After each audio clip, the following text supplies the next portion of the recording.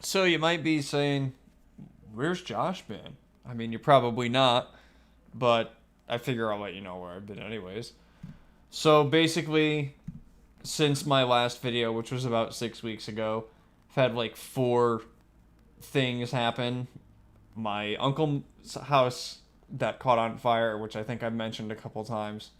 Uh, he finally moved out the apartment that we're living in. After we sold Allie's house in January, we moved into this place.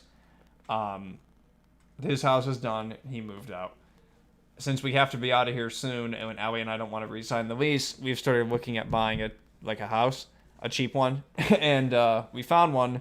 So we're waiting for the closing to happen on that.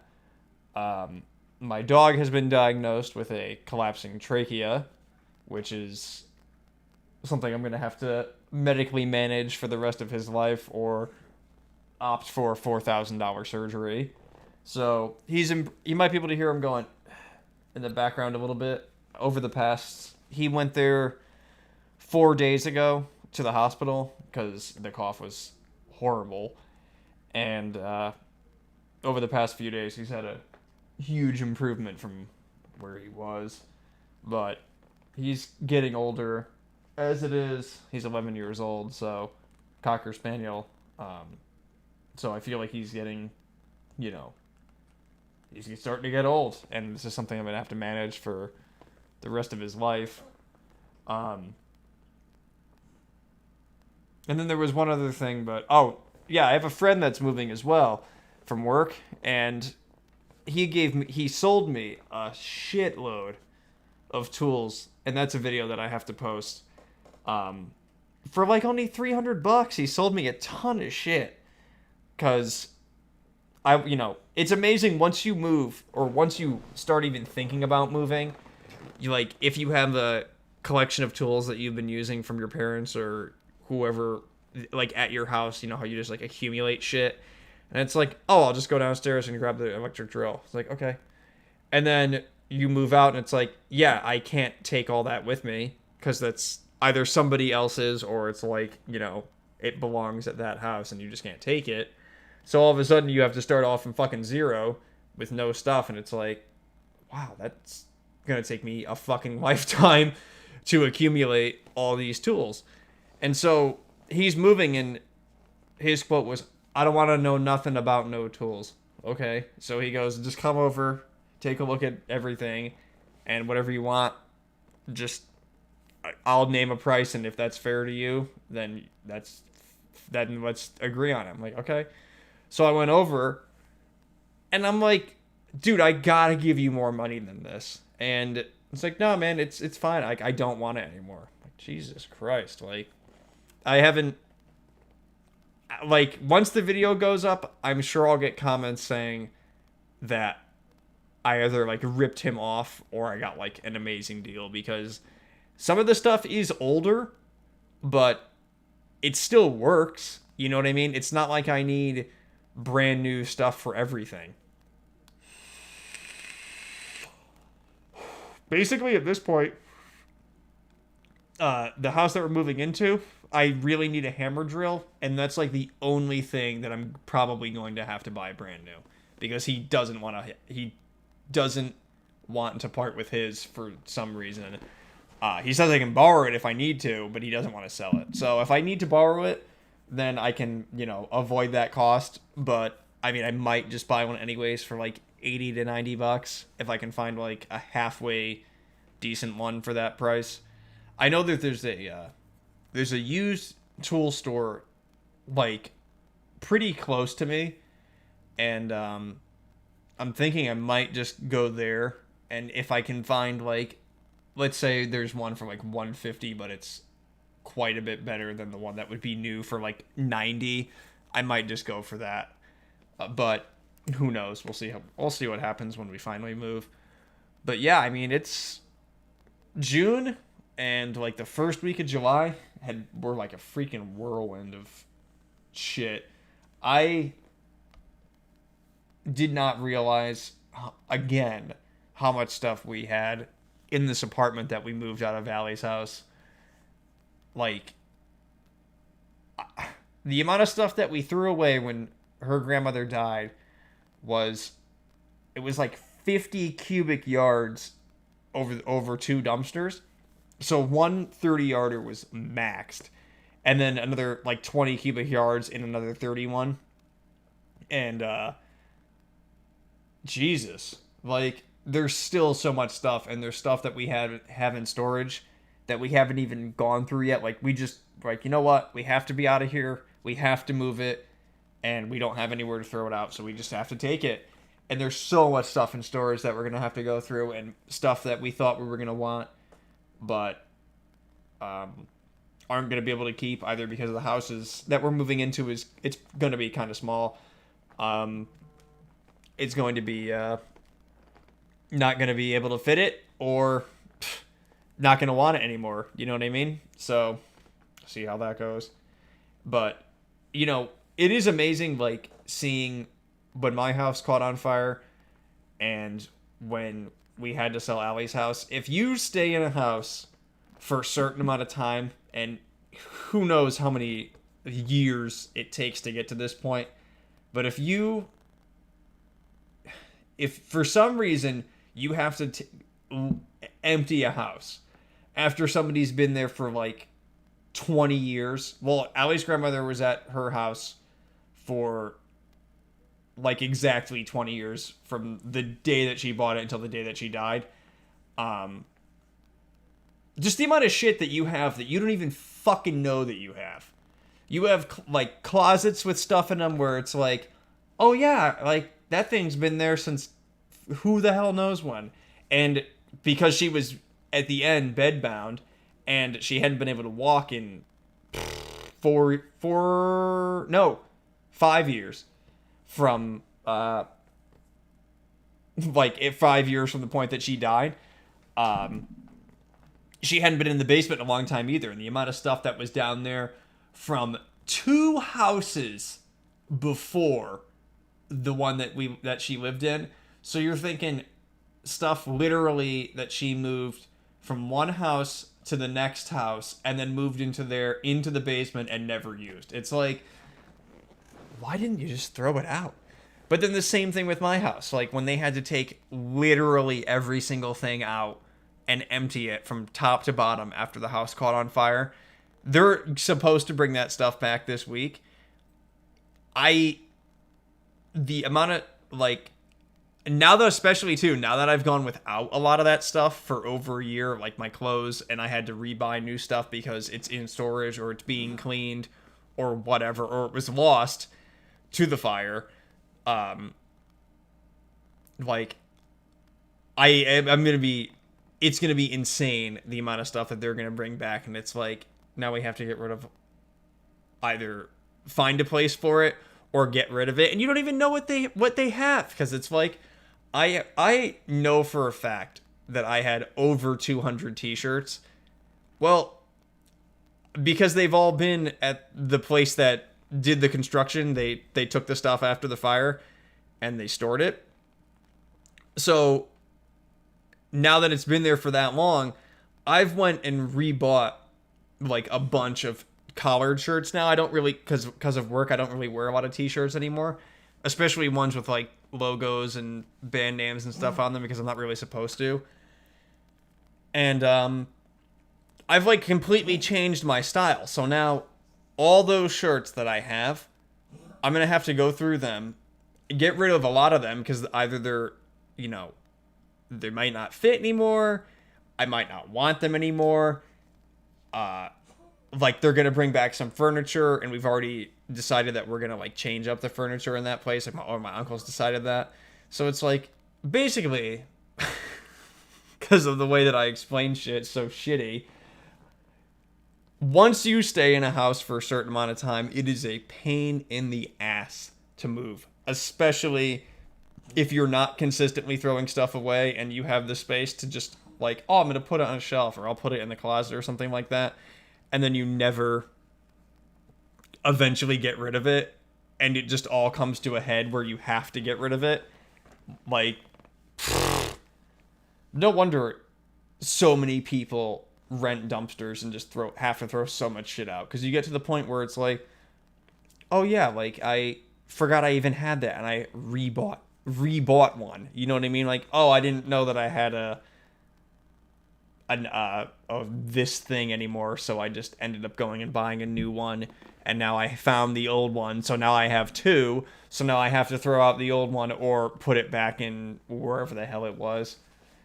A message to all the people that are taking care of people that are bedbound or unable to go up and down stairs.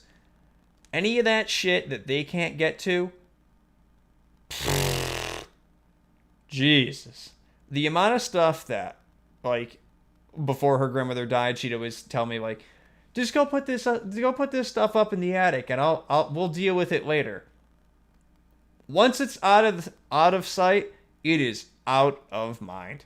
And the amount of fucking Christmas gifts that we ended up giving in, like, May, because she was so sick, and it was like, we really didn't have time to deal with, like, shipping Christmas packages and everything else. And she wasn't even thinking about it, and I wasn't even thinking about it. So, like, stuff would come, and she'd be like, oh, there's no room for it down here. Just go put it up in the attic. Okay. So I would go and put it up in the attic and forget about it. And then when we had to clean out the house, it's like, oh, yeah, there's their Christmas gift and their Christmas gift, and here's this blanket and all this shit. And it's like, if you... out of sight, out of mind is so true, especially with people who can't even access that room, because it's like, just avoid that the stuff goes in. So let's change the subject now. So I drive a 2010 Kia Soul with a 5-speed. I'm at about 170,000 miles. Actually, I just hit 168.5. So I'm thinking the way that I drive, I probably have just about 2 more years left with this car. Like, max. So I'm starting to think, like, I'm gonna be in the market for another vehicle within 2 years. Because once my car hits 200,000, whether the clutch is still strong or, you know, everything else, I'm just thinking, I think 200,000 is the point where, like, at least to me, I wouldn't want to, like, I always go on vacation to the same spot. I always go to either Chicago, because that's where Ollie's dad is from, or I go to Myrtle Beach, because that's where my old boss lives. So, I don't fly. I have not flown since before 9/11. That's my catchphrase. Hi, I'm Josh. I haven't flown since before 9/11. I have a fear of flying. Basically, so in 2 years, like, what would I want to buy? Man, I'll tell you what. I saw the new Bronco today. I've always, like, my uncle had a Jeep, my grandfather, like, a Wrangler. My grandfather had a Liberty, my mom had a Grand Cherokee. I'll tell you what. I always liked Jeeps, but that new Bronco, it's really turning me on. Like, that, this, like, first of all, the 7-speed with the rock crawling mode, that's cool. But it just looks fucking badass. It's like that somewhat retro design, but still, like, modern looking. They just did a good job with the styling. They did it looks cool. They're gonna sell a shitload of those things. Knowing me, and even if I'm, you know, here's a piece of advice to anybody who's out there. Whether or not you're satisfied with your job, always look for a new job. If you see something that you think that you can do come up, just apply for it. And, like, especially if it's more money and you're qualified for that fucking position, do it. Because I'm always looking for a new job in my field. And I've put out a ton of fucking resumes. I had an interview, but it was like right at the cusp of what I think would be too far to reasonably want to go. It was 45 minutes away. It would have been like a $4 an hour raise, but this played into it because I'm thinking, well, if I go there and I take the raise and I go to this new place uh, like I'm gonna burn up my car a lot faster because as it stands, I'm only like 15 minutes away from where I work now.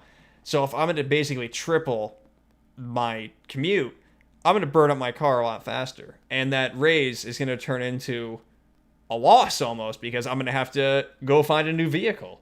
So I'm hoping that I put in for a job that pays quite a bit more in actually like and it'll be a little bit farther than where I work now, but it'll only be like a 25-minute ride versus a 45-minute ride, so it's wicked doable.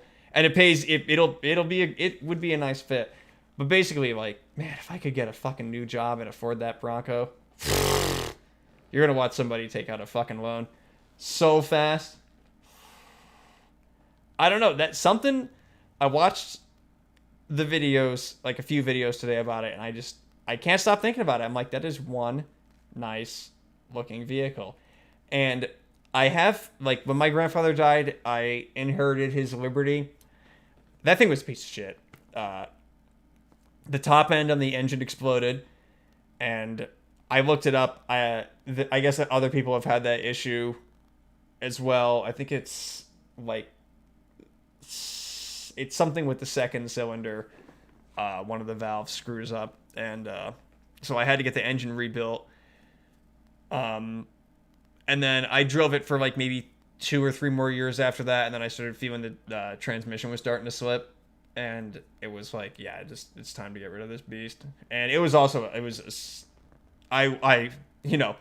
working like a fucking minimum wage job then. It was like, Jesus, this thing's fucking taking $60 worth of gas a week just to fill this thing up and cruise it around. Like, the car that I have now is like $15.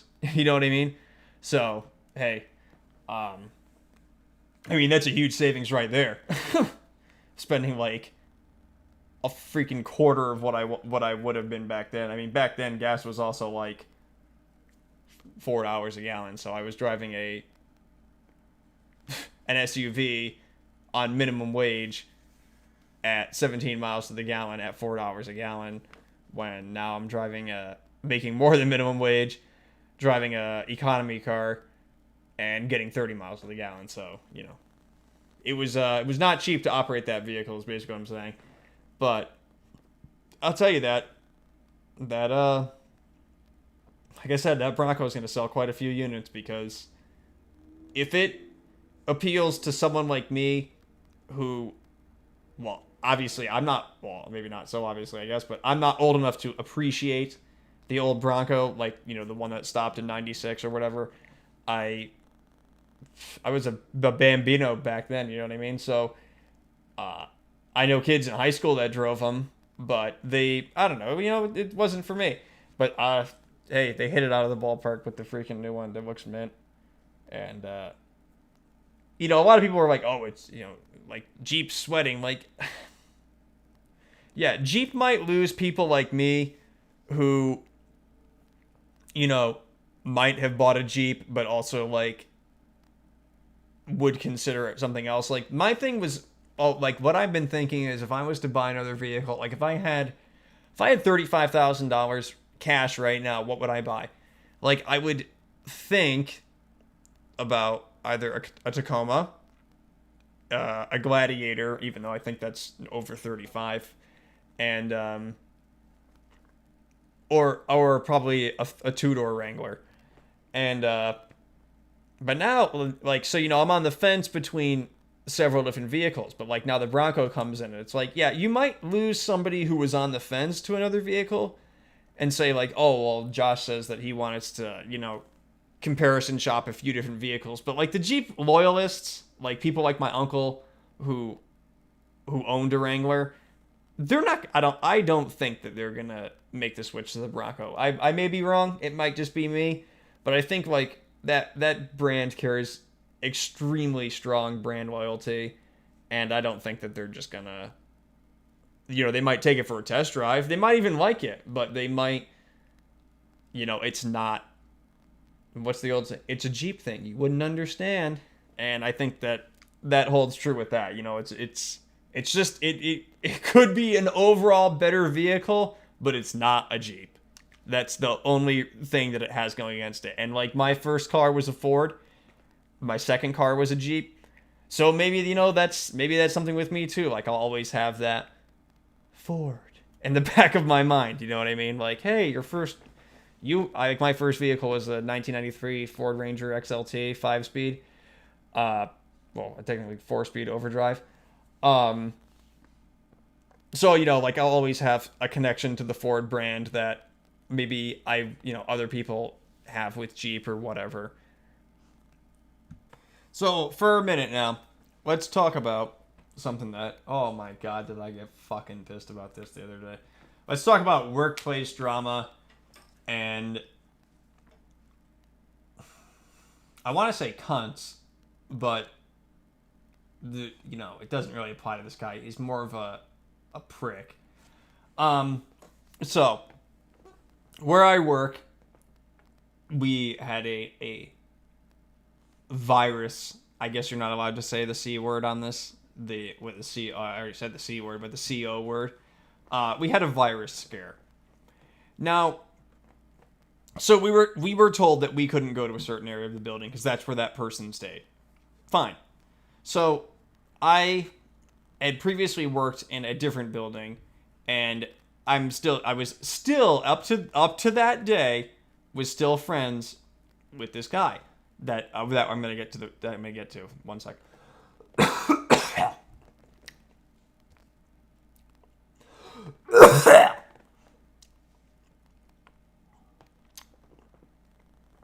Sorry, there might be a jump there. I coughed my freaking brains out. So anyways, the rumor mill spreads fast where I work. I don't understand why it has to be this way. I can't stand it. I'm not the type of person who goes to work and wants to deal with bullshit. I just want to go to work, do my job, and go home. If you want to gossip about, the news or something, or like what's going on in your life or whatever, but I don't want to talk about other people who work in the building, because I don't want to go in and have to deal with like, oh, well, I can't say this to this guy and I can't say that to this girl because they don't get along about this or some bullshit. Don't put me in the middle of it. So here we go. So the person who stayed in their area and might have been exposed, first of all, spoiler alert, wasn't exposed. Test came back negative. Mint. Anyways, we just found that out today. But holy shit, let's go back to last fucking Thursday. So last Thursday, we get an internal email. You're not allowed to go into this part of the building. Okay. No explanation as to why. Just don't go there. All right. So everyone is curious as to why, but nobody's saying anything. You know what I mean? It's just all speculation. So, we're thinking, oh, maybe somebody's coming in to do some work, or maybe somebody was exposed, but we don't know. Well, I get this text from a guy who works in another building, and he goes, hey, I heard, have you heard anything? No, I reply.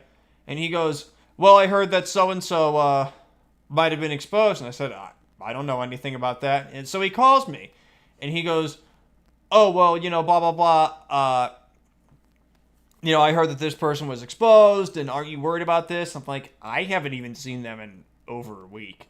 And that was not a lie.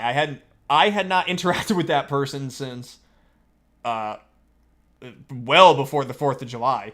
So I said, no, personally, I'm not worried about it. And if I don't have to go down there, then it is what it is. You know what I mean? Fine. Nobody's going to go in that area. We'll avoid it. And hey, we'll deal with it when we know the results. And, if it's much ado about nothing, then it is what it is. And he goes, well, you should be concerned for your personal safety. I'm like, I'm concerned if they're sick, but if they're not, then it's none of my business. So I'm not going to worry about it right now. I'm not going to get all upset until I know something. So what the fuck does this guy do? He goes to the fucking union representative. I wasn't even fucking concerned, right? I made myself, I thought, quite clear that I wasn't worried about it. He goes to the fucking union rep and goes, oh, Josh and everyone else that works over there, they're really worried about their personal safety, and they want to know what the fuck's going on, and they need to know who it is. And so he calls me back, and he's like, hey, man, I went over to the union rep, and I really gave her a piece of my mind. I said that this is bullshit. I'm like, you did what? And he's like, I had to use her name and say that you were worried because she knows that I'm, like that I'm not over there. But, like, everything should be fine. I'm like, what the fuck did you do that for? And he's like, well, what do you mean? I'm like, dude, why would you go over there and say that I was upset when I told you I'm not even fucking worried about it? And he's like, oh, what do you want me to do? I'm like, I don't know, but you better, like, fix it. And so he says that he went and he talked to her. So his way of fixing it was to go to her and say that, we're not happy about this, but we're going to let it slide this time. So basically, I view that as a fucking, like, a veiled threat, basically, because they're like, we're not happy about this. We'll let it slide this time, but, next time it's going to be different. And so I'm not really cool with that. So, like, long story short, I ended up having to call her, and the first time I went to a voicemail, and I don't remember exactly what I said, but I guess I was sounding upset on the phone, because when she called me back, she was like, oh, I thought you were calling to yell at me. I'm like, no, actually I was calling to apologize to you because of what this asshole did. And she's like, yeah, I've had difficulties with said person in the past before, and he came in here and he was quite vocal about apparently how you felt. I'm like, so basically, and I said, I'm like, am I on speakerphone? She's like, no. I'm like, all right, so basically this fucking asshole comes in to your office and is going ape shit because of something that he claims that I feel a certain way or something like that, and he's, doing this all on my behalf or whatever, when really he just wants information for himself, and he's a little rumor-starting fucking asshole. And she's like, yeah, basically. Like, well, there you go. See, and I'm calling to apologize, and he fucking shows up at your office to scream at you. Like, I mean, come on. And she's like, no, as long as you're not mad at me, I'm not mad at you. I'm like, I have no reason to be mad. It's totally and completely fucking embarrassed because of this. And so now, like, first of all, I'll never talk to him again. Unless I see him at a fucking meeting or something, and then I'll give him a piece of my mind. But I don't want to fucking work. Here's another piece of advice. If you're starting out at somewhere, if you're new somewhere, don't get sucked into the fucking workplace drama. Because the second that somebody has you starting to take a side or something like that, you're getting into fucking troubled waters. Because it's so much better to work without bullshit. And that's why I like working in the building that I work in. Because it seems like, more or less, everyone gets along. People have their little squabbles, but they get crushed easy. And people actually, they do something that you don't really see anymore. But they apologize and they fucking mean it. And they're like, you know what? Maybe I overreacted. Okay, that's fine.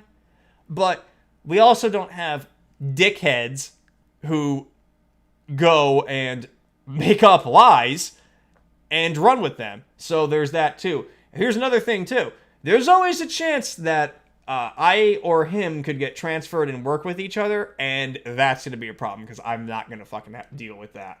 And, what bothers me too is, like, you think that certain people are your buddies, and, like, yeah, he's a nice fucking guy. And then all of a sudden it's like, dude, like, why are you doing this? I thought we were friends and you're fucking me over. Like, not fucking cool.